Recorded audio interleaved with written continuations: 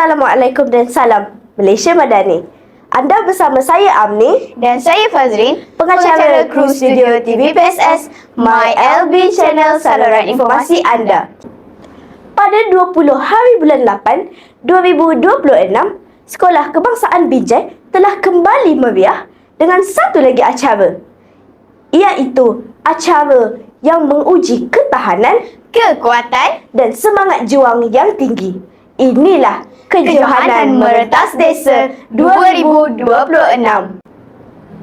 Mari kita saksikan sedutan liputan sepanjang kejohanan ini berlangsung. Jom.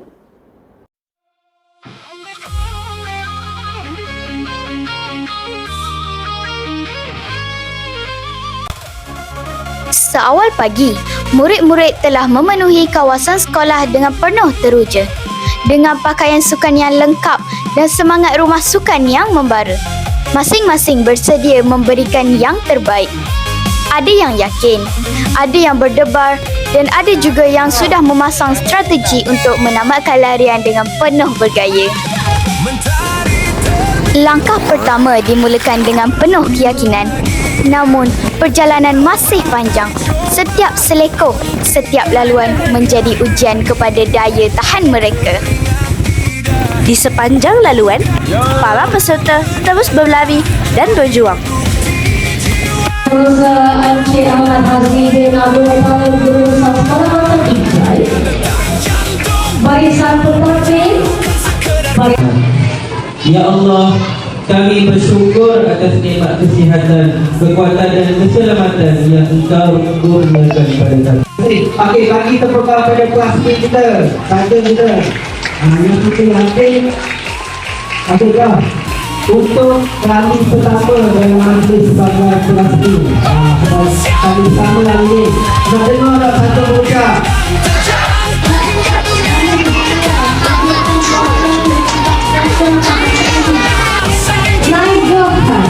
Ahmad Yasir Ahmad Najmuddin Pravina Paldo.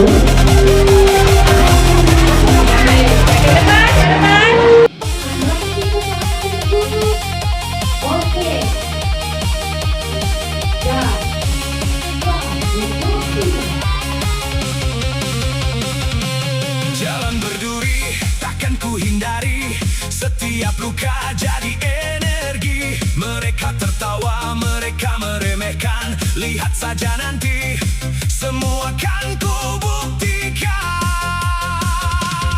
Dengar detak jantung, irama baja, bukan sekedar kata, ini sumpahnya. Setiap tantangan ku tatap mata, siap hancurkan semua tembok derita.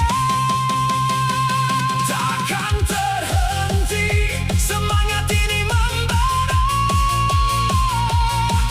Pecahkan semua batas yang ada.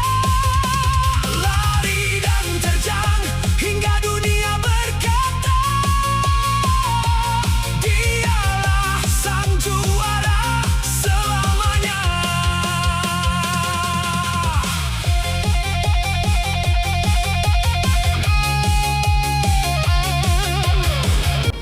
Alhamdulillah, Kejohanan Merentas Desa pada hari ini telah berjalan dengan lancar. Tahniah kepada yang berjaya. Yang tidak berjaya, jangan putus asa. Cuba lagi di tahun hadapan.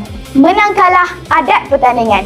Sekian dulu daripada saya Fazrin Dan saya Amni, pengacara kru studio TV PSS My LB Channel saluran informasi anda. Berjumpa lagi di lain episod. Bye.